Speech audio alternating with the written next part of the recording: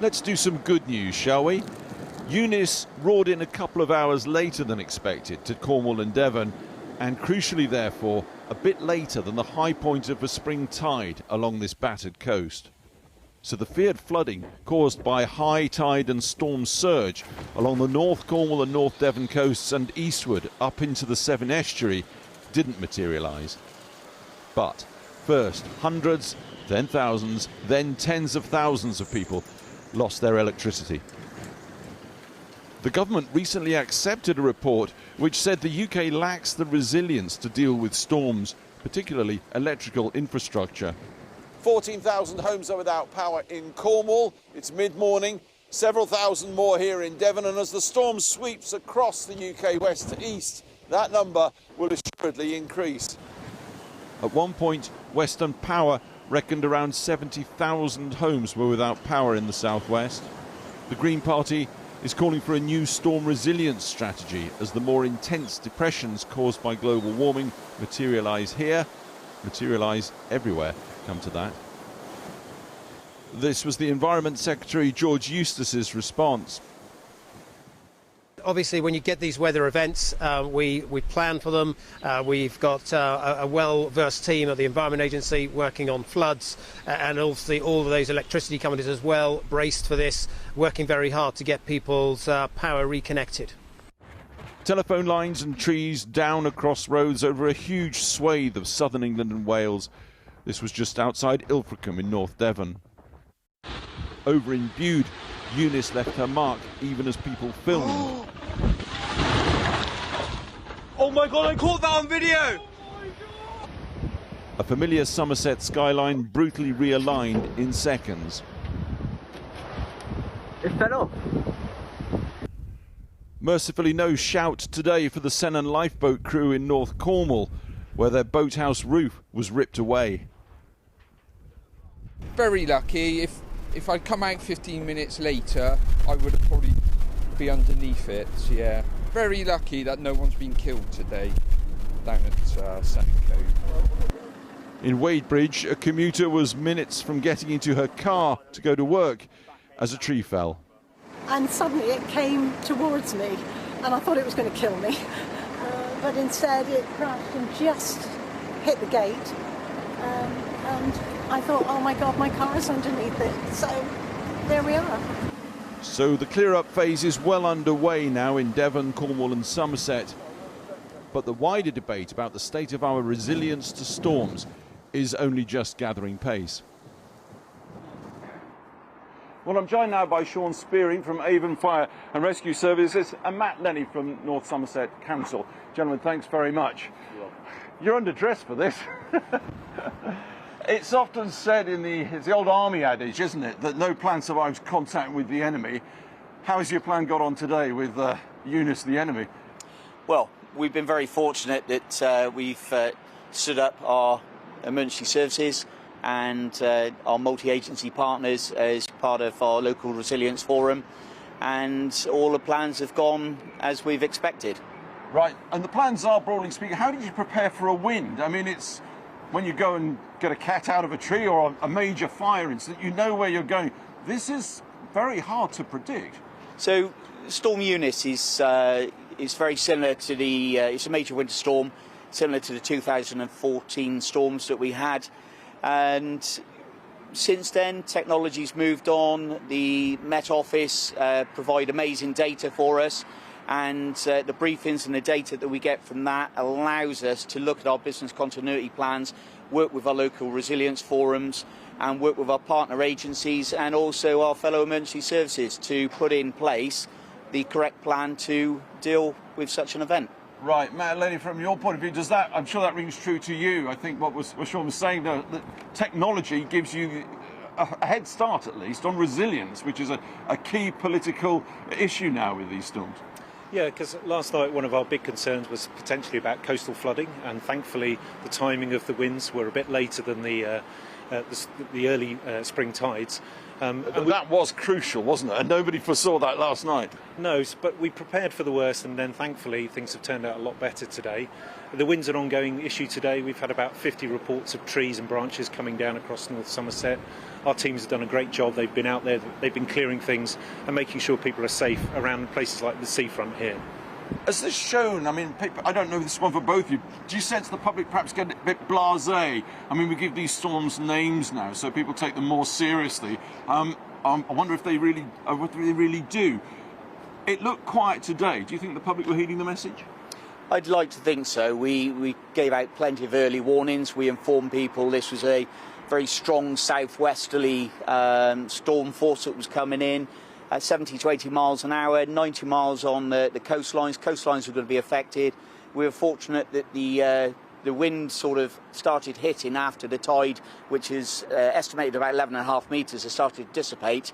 So that sort of helped with our planning. The barriers held, and I'd like to think that the warnings that all of our emergency services and partner agencies put out were heeded by our members of the public. Sean's painting a picture there of good communication too across agencies. Is that working from your perspective?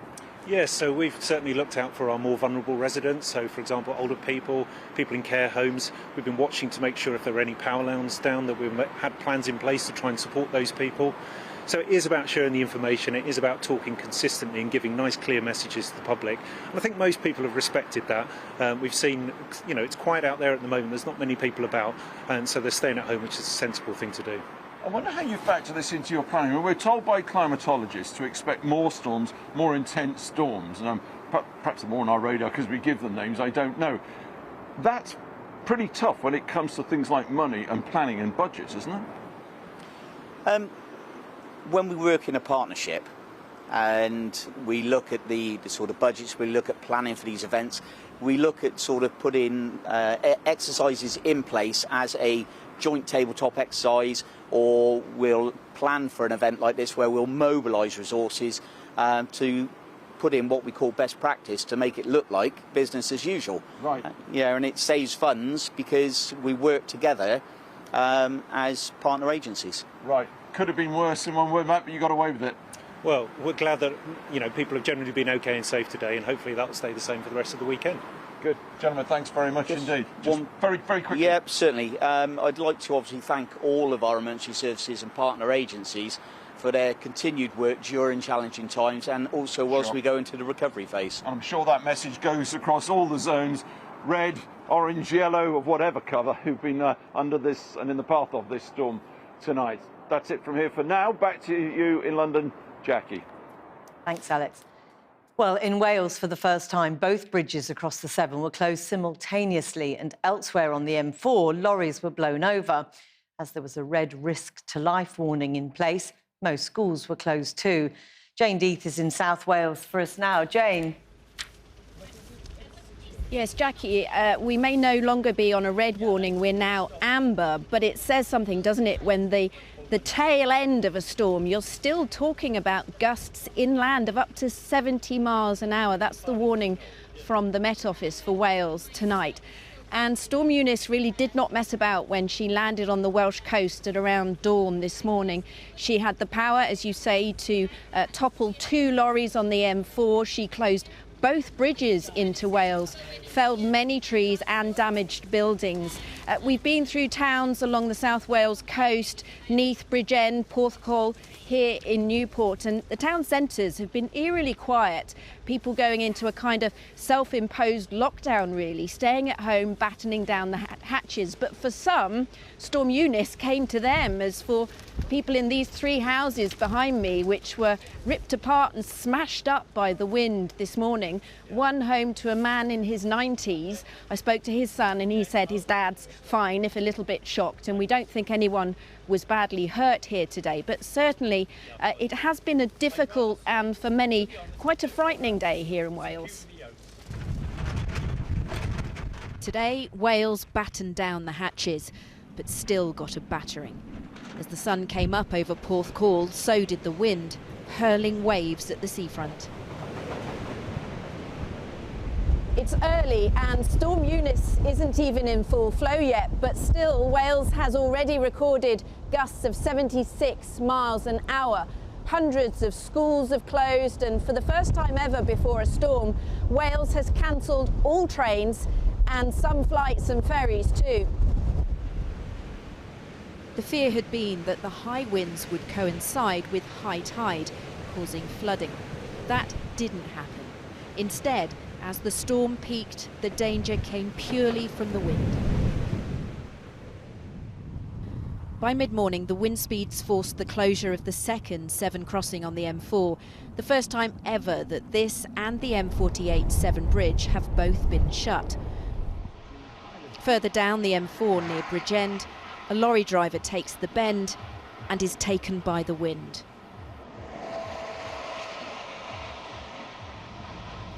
Not long after that, a second driver has the same terrifying experience.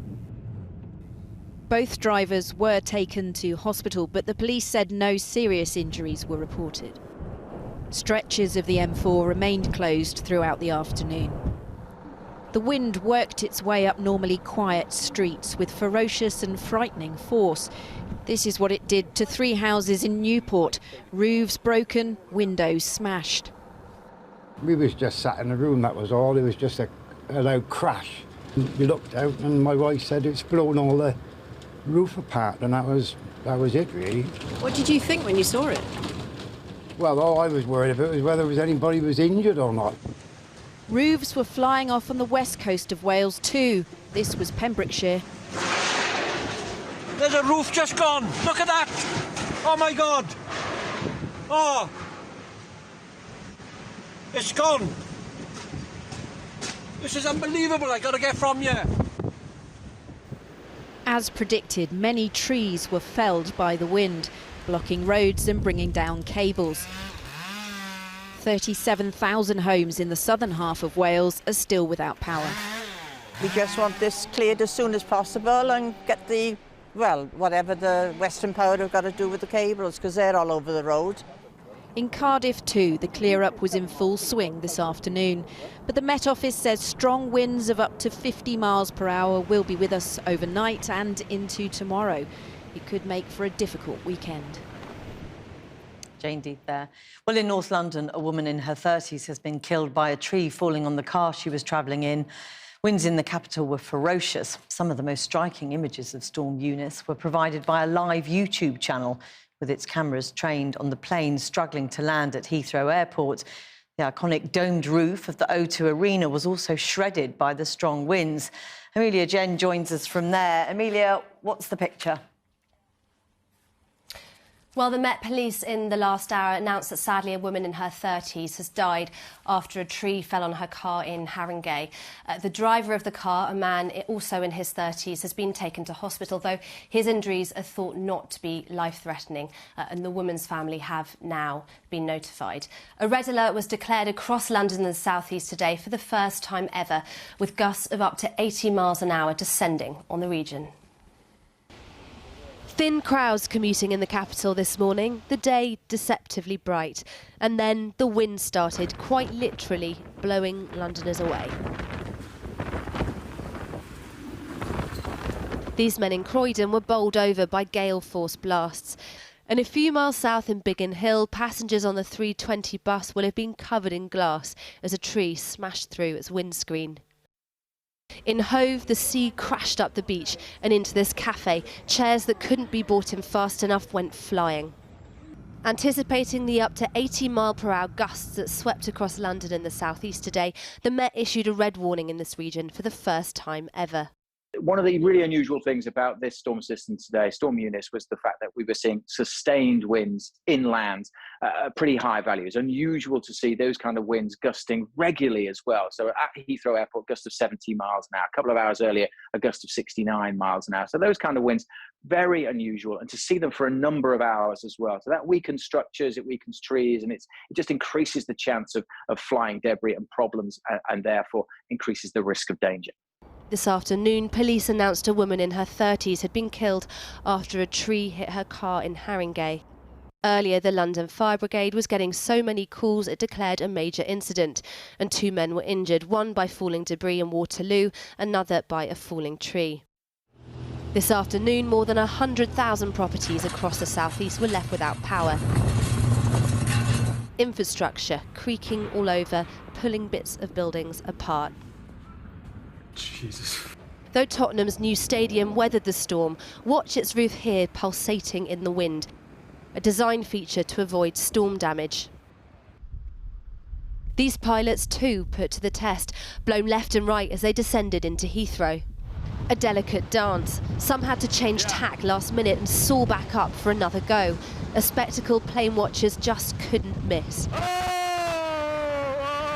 no, we didn't like that. This live stream had the nation transfixed, hundreds of thousands tuning in to follow each twist and turn. City Airport cancelled all flights, but had its passengers taken off, they might have noticed the roof of the O2 Arena ripped to shreds by the unforgiving wind. Well, as you can see behind me, parts of the roof of the building have been ripped clean off. Earlier today, people were evacuated, witnesses saying that they heard a loud bang before the wind started shredding those material panels. No one was injured, and the fire brigade said that there was no structural damage done. Amelia, thanks very much. Now, the crossbench peer, Baroness Brown, sits on Parliament's Climate Change Committee and joins me now from Westminster. Thanks very much for joining us this evening. Your own committee warned last year that the UK was simply not ready for extreme weather events, something the government itself conceded, in part at least. How do you assess the response so far? Well, I think we've seen very, very good performance from the Environment Agency and from our emergency services. I think we've seen very good response to the crisis.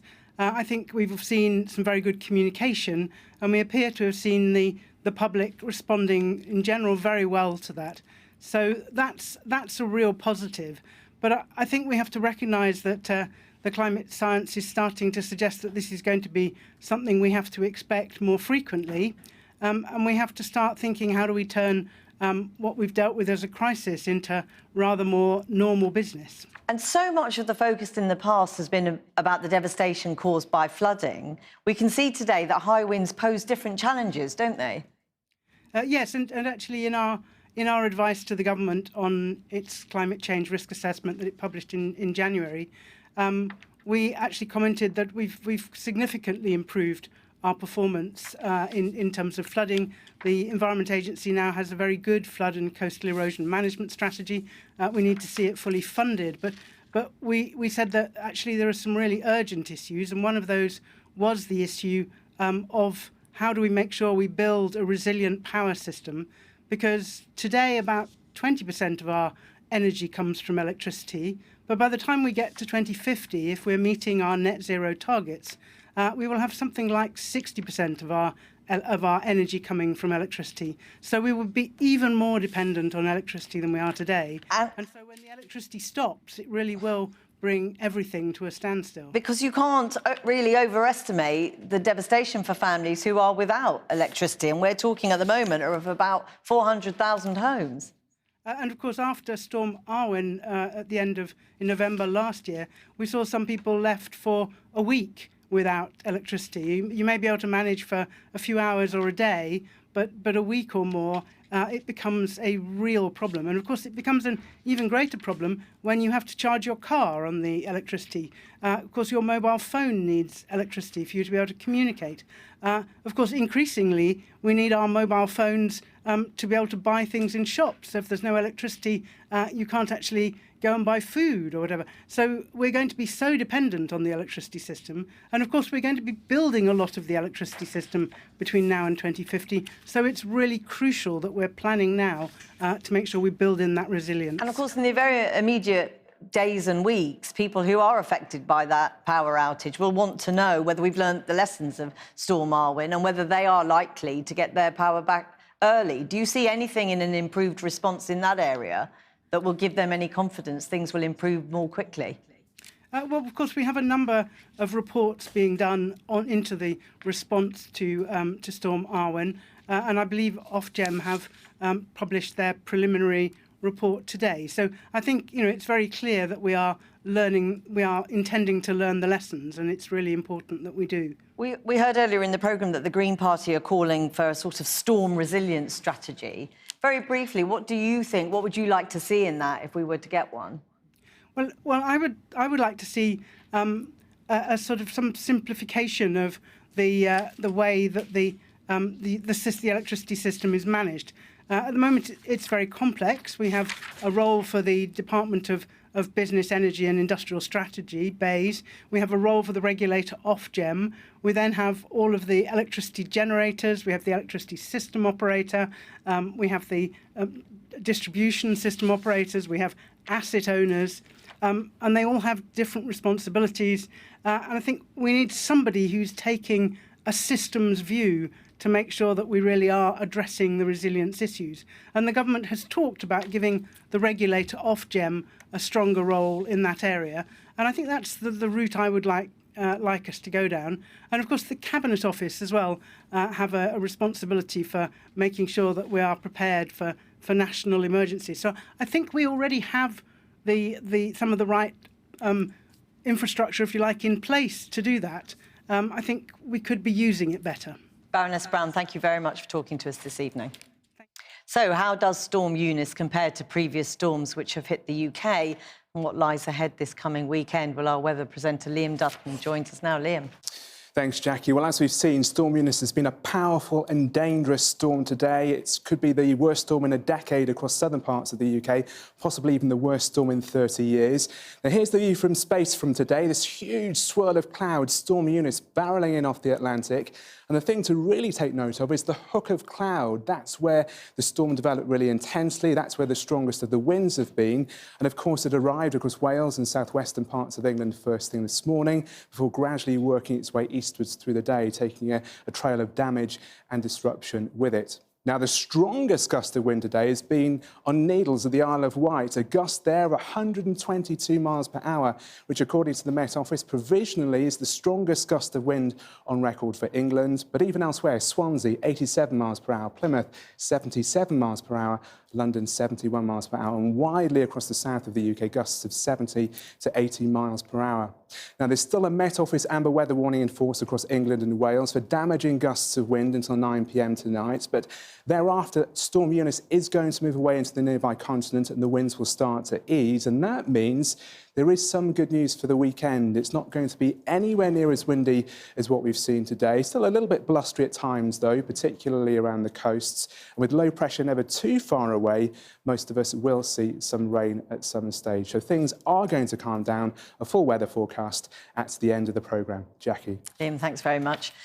Well, Storm Eunice has been causing massive disruption to travel across the UK. Flights and ferry journeys were cancelled. Fallen trees caused massive disruption on road and rail. Hundreds of rail services were suspended, including all trains from some of London's busiest mainline stations. Liz Bates reports. Isle of Wight station is now closed. There are no trains departing from Isle of Wight station. Trains going nowhere, and neither are the passengers, as Storm Eunice brings Britain's transport network to a standstill. What we're seeing is quite a number of trees felled too early to be able to put an assessment on, but trees that have been blown over, lots of debris. There have sadly been some injuries through this, widespread disruption as well, particularly on the rail network. Scenes like this have seen hundreds of services cancelled up and down the country. At this central London station, people were left wondering how to get home. Very lucky coming in. We were the last Metropolitan train coming in from Wembley, because there was debris on the line immediately after us. So we managed to get in. Now we're stuck. All of them been cancelled today from this morning. Yeah. So I'm going home, don't know how to get home. Hoping to go on a train right now. We'll see what happens. I think they're all cancelled. If they've all been cancelled, then I'll have to find some other way of getting home. And it's been a rough day for ferries as well. Services on this Isle of Wight route were suspended, and when crossings restarted, the journey was a bit up and down, according to Tom, who was on board. My car, I don't know if you can see, is covered in salt that has sprayed onto the car from the travel, just because so much waves were splashing on it. You know, we're told we're not allowed to leave our seats. We have to stay seated, and all the outside decks are closed, all the plates are clanging, and it was a very slow journey. We actually sort of drifted across the Solent with the wind blowing us because it was so strong. On this West Country road, more debris, more disruption. And with many roads now closed, the RAC are urging people not to get in their cars. It's the unpredictability you get with the wind. I think, we've seen examples through the course of Friday of trees being uprooted, debris flying around, and these sorts of things can happen at a moment's notice.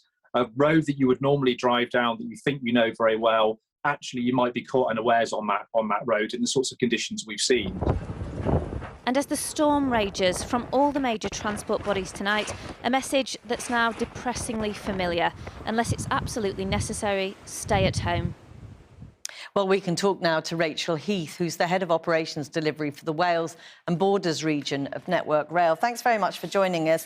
Now, you took the decision to close down your entire network yesterday. The disruption, of course, is massive, but talk me through how you came to that decision. So we were aware that the forecast was going to be particularly bad for Wales, with winds of over 90 miles an hour. Safety of our passengers and of our colleagues is absolutely paramount, so we took the decision to suspend the service in advance based on that weather forecast. Now, I suppose the question is this the reality for the future? You know, we're told to expect more of these extreme weather events. We're told to expect them more frequently. Does that mean every time there is high winds, the network is closed down? Or is there some way of building more resilience into your network? So this was an exceptional event today. We haven't been in this situation for a long time. It's very rare for us to suspend services. The last time that we did something similar was briefly in 2018 with Beast from the East. So it is a particularly unusual situation. We are investing money in resilience for weather events so that we get to a point where we are having to do less suspension, but again, it's all about the safety of our passengers and our employees. I mean, obviously, there's been disruption across all of the country in terms of the rail network. Do you think other networks should have taken the same decision? So it's difficult to say. I think based on our forecast for Wales, we absolutely took the right decision. It was better to do that so that we were able to plan our response for tomorrow as well for our clear-up operation. Other routes have suffered. You can see that there's been widespread damage, and you've reported on that in other transport areas as well, with flights, ferries and roads. So it's absolutely the right decision to suspend services in Wales today. And what is that clear-up operation looking like at the moment? So that will start in earnest tomorrow. Once it's safe to do so, we'll be pulling out all of the stops to get the train service up and running again tomorrow. We have had multiple reports today, however, of trains on the line. We've had reports of shed on the line. At Carmarthen, where winds were in excess of 90 miles an hour, part of the station roof has ended up on the tracks. So there is widespread disruption, and we'll expect that to continue while we do our clear-up operation tomorrow. And what do you tell passengers who nobody could move anywhere today in Wales, on the train at least? How long do you anticipate it will be before things are properly back to normal? So as I said, we'll start the clear-up operation in the morning. Trains will be later than expected, but we are advising all passengers to check before they travel. Expect disruption tomorrow. There is potential poor weather again tomorrow, not as severe as today, but that will mean speed restrictions across lots of parts of the network. So passengers must check before they travel. Rachel Heath, thanks very much for talking to us this evening. Well, for some parts of the UK, this is the second storm this week. Our North of England correspondent is live in County Durham, where another weather warning has been issued by the Met Office this evening. Claire, what can you tell us? Well, Jackie, we woke up this morning with snow falling in this area. This evening, there's snow whipping around me, but I'm not actually sure at the moment whether it's fresh snow that's falling or whether it's what was already lying on the ground being whipped up by the wind here, because it is the wind here this evening that is really making things uncomfortable if you're out and about, which of course people are being told try not to do. The wind reached us a fair bit later than it did many parts of the UK as the storm passed across the country. So it was only really about 3 o'clock this afternoon when it picked up. But we're told that during the last few hours in this area there have been gusts of wind between 60 and 75 miles per hour. And it is causing really difficult conditions because not just the strength of the wind, but also the fact that we do have a few centimetres of snow still lying on the ground in some areas. So it's being whipped up and blown onto the roads, making driving conditions really, really difficult. And in many places through the course of the day, many motorways have been closed for a period of time as lorries have gone over. We have some more details this evening about the death of a man on Merseyside. We're told that he was actually the passenger in a van this afternoon when debris hit the windscreen and smashed it. That man, the passenger, he was in his 50s. He was killed. The driver of the van was uninjured, we're told. That's not the only place where there have been very difficult conditions to drive in. Let me show you some pictures that are from Northern Ireland from earlier today. On the main road between Belfast and Derry, the section that cuts through the mountains, we're told there several cars crashed on the ice after it had been snowing through the night and then snowing through much of the morning. Police have told us that no one there was seriously injured, but it really does show just how difficult and dangerous the conditions have been in many areas. Jackie, you mentioned that there is another weather warning that's come into force at 6 o'clock tonight for this area, for a large part of the north of England and also for a large part of Scotland. It's a yellow warning, so not the most severe level of warning, and it is for ice. And that will be a concern to a lot of people, I think, in terms of power supplies, because we know already across the north of England there are thousands and thousands of people who do not have any power right now. But the ice is a problem in that respect because once it's on the power lines and it freezes, it weighs them down, and that makes them more susceptible to be damaged. And bear in mind, it has been storm after storm, it's felt like anyway, in many parts of the country. And with Storm Arwen at the back end of last year, almost a week later, there were still 16,000 people with no power. So there'll be many people right now very concerned that if their power goes again, just when they will get it back. Claire, thanks very much. A council worker in Ireland was killed by a falling tree while clearing up debris caused by Storm Eunice. He was pronounced dead at the scene in County Wexford. Some 80,000 homes and businesses have been left without power across Ireland. 3 people have died in Amsterdam as Eunice hit the Netherlands. 2 people were killed by falling trees in the city and a third in the nearby Diemen area. The Dutch government had sent out text alerts urging people to stay indoors. Earlier, I spoke to John Curtin, the Executive Director of Operations for the Environment Agency, and I began by asking him if he could give me a sense of what the situation was like across the country. Well, we saw this morning Storm Eunice really giving the coast a battering, especially the southwest and the Bristol Channel. The storm's now sort of up along the Cumbrian coast and the Kent coast. But the good news is our flood defences seem to have protected around 18,000 properties from the storm surge associated with Storm Eunice. Our eyes are now turning to the river risk and the rain at the weekend, but it's great news that people stayed away from the coast and our defences have done the job. But nevertheless, it's clear that there have been many challenges across the country, haven't there?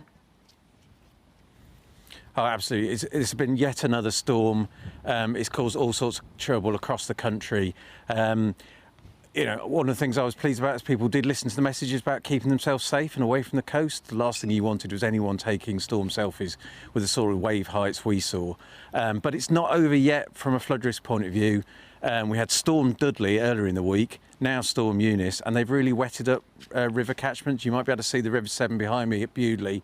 It's peaking now on the back of those 2 storms, but we've got more rain to come at the weekend. So we're just looking closely because we can adjust these defences behind me if we need to, if we see higher peaks at the end of the week. I mean, we've had considerable power outages, all train services suspended across Wales, schools closed.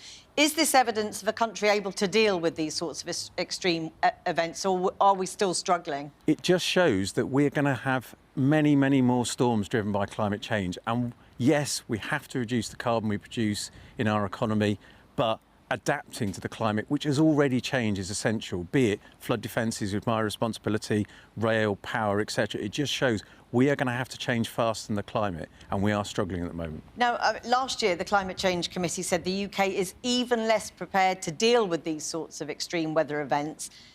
than it was 5 years ago, thanks to a failing government response. Does the last 12 hours suggest that that response is improving? I actually think that people have seen, if you look at COP26, climate adaptation alongside reducing carbon in the economy started to become a big theme, and it has to be. There's a yin and a yang here, reducing the amount of carbon we use in our day-to-day life, but actually adapting the climate. And we just need to understand that adaptation is just as important. And one of the issues has been whether the Environment Agency itself has enough funding. I mean, do you feel capable to meet this challenge head-on as an Environment Agency? So, yeah, government has doubled the number of money in new flood defences. I have to say one of the challenges is maintaining the existing ones.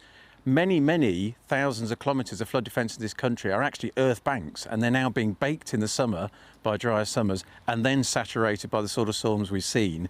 So we do need as much money to maintain our existing defences as perhaps building new ones.